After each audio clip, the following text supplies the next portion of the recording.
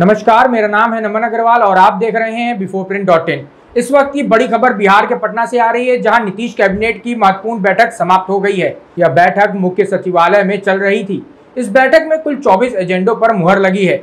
बैठक में राजधानी पटना और इसके आसपास के इलाकों में वाटर ड्रेनेज सिस्टम के लिए आत्मनिर्भर बिहार 7 निश्चय पार्ट 2 की योजना के अंतर्गत सरकार ने 115 करोड़ 67 लाख रुपए की मंजूरी दी है। इस योजना का लाभ पटना नगर निगम के अलावे खगौल, दानापुर, फुलवारीशरीफ के साथ साथ राजधानी के अन्य आसपास के क्षेत्रों को भी मिलेगा। इसके तहत कैचमेंट 9 के लिए सरकार ने 120 करोड़ 16 लाख की राशि को मंजूरी दी है। इसके निर्माण एजेंसी के तौर पर बुडको को जिम्मा दिया गया है। कैचमेंट 7 के लिए 61 करोड़ 77 लाख रुपए की मंजूरी दी गई है। कैचमेंट 2 के लिए 68 करोड़ 25 लाख की मंजूरी दी गई है। कैचमेंट 8 के लिए 59 करोड़ 11 लाख रुपए की मंजूरी दी गई है। कैचमेंट 3 के लिए 112 करोड़ 89 लाख रुपए और कैचमेंट 5 के लिए 116 करोड़ 9 लाख की मंजूरी दी गई है। कैचमेंट 6 के लिए 45 करोड़ 66 लाख और कैचमेंट 1 के लिए 258 करोड़ 31 लाख की मंजूरी दी गई है। साथ ही सरकार ने बिहार परिवार न्यायालय संशोधन नियमावली 2022 को मंजूरी दे दी है।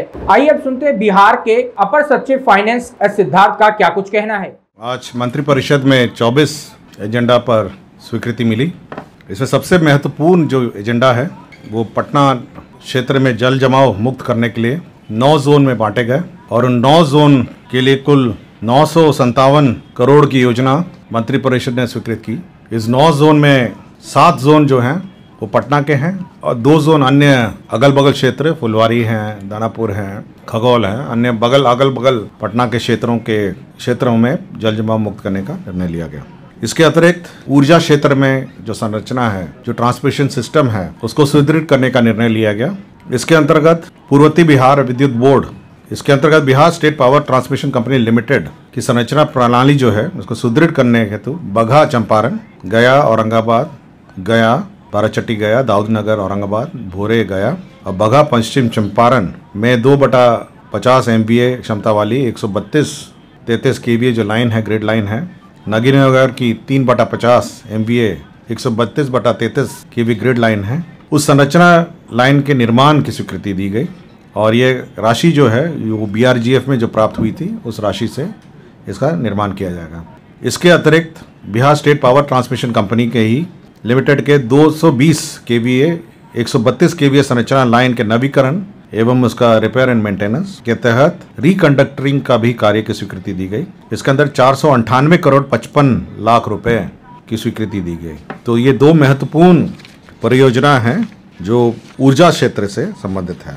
इसके अतिरिक्त आपके सुपौल हमारा जो जिला है वहाँ पे एक मेडिकल कॉलेज की स्थापना की भी स्वीकृति दी गई, जिसमें 603 करोड़ 68 लाख का व्यय होगा और इसका नाम रखा गया है लोहिया चिकित्सा महाविद्यालय एवं अस्पताल। तो एक सुपौल में मेडिकल कॉलेज अस्पताल के निर्माण की स्वीकृति दी गई। नमामि गंगे के अंतर्गत जो हमारा 100% केंद्र प्रायोजित योजना है उसके अंतर्गत डेरियन सोन में sewerage treatment plant interception and diversion system जो सोन नहर पे है उसकी स्वीकृति दी गई। डेरियन सोन में इंटरसेप्शन, डाइवर्शन और सीवरेज ट्रीटमेंट प्लांट स्वीकृति दी गई। इसके अंतर्गत इस योजना की प्राकृत राशि 63 करोड़ 89 लाख रुपए है और ये बुडको के माध्यम से ये संचालित होगी और इसमें सेंटेज जो राज्य सरकार को भुगतान किया जाना है वो 3 करोड़ 39 लाख रुपए मात्र है। हमारे जो ऊर्जा कंपनियों का रीस्ट्रक्चरिंग हुआ था उसमें जो रिटायरमेंट ड्यूज हैं वो राज्य सरकार भुगतान करती है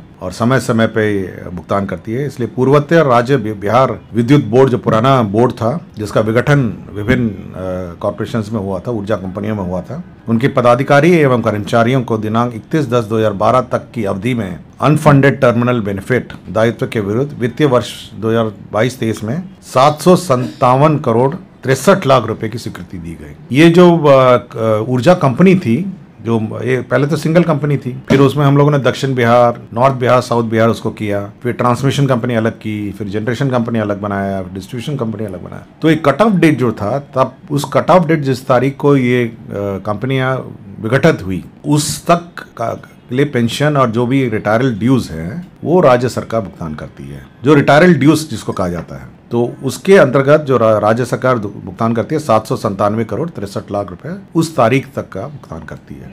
हाँ, यही सब है जो उस वक्त सर्विस कंडीशंस हैं जिसको पेंशन मिलता है, जिसको ग्रेजुटी मिलता है, कुछ को अन्य कोई सुविधा मिलती होगी, जो रिटायरल ड्यूज जिसको कहते हैं, वो सेवांत लाभ जो है उसके लिए भुगतान करती है।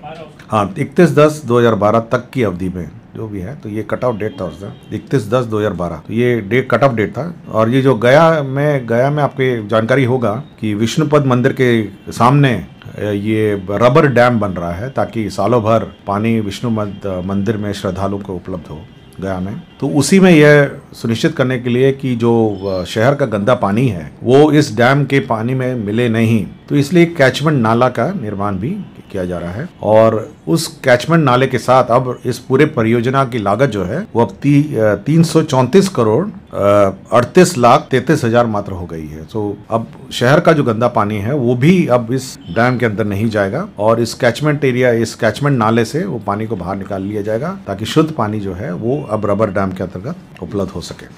इसके अतिरिक्त जो नियमावली हैं, 3-4 नियमावली हैं जो इसका संशोधन हुआ है, वो बिहार फाइलेरिया नियंत्रण तकनीकी कर्मी संवर्ग संशोधन नियमावली 2022 एक नियमावली का संशोधन हुआ है।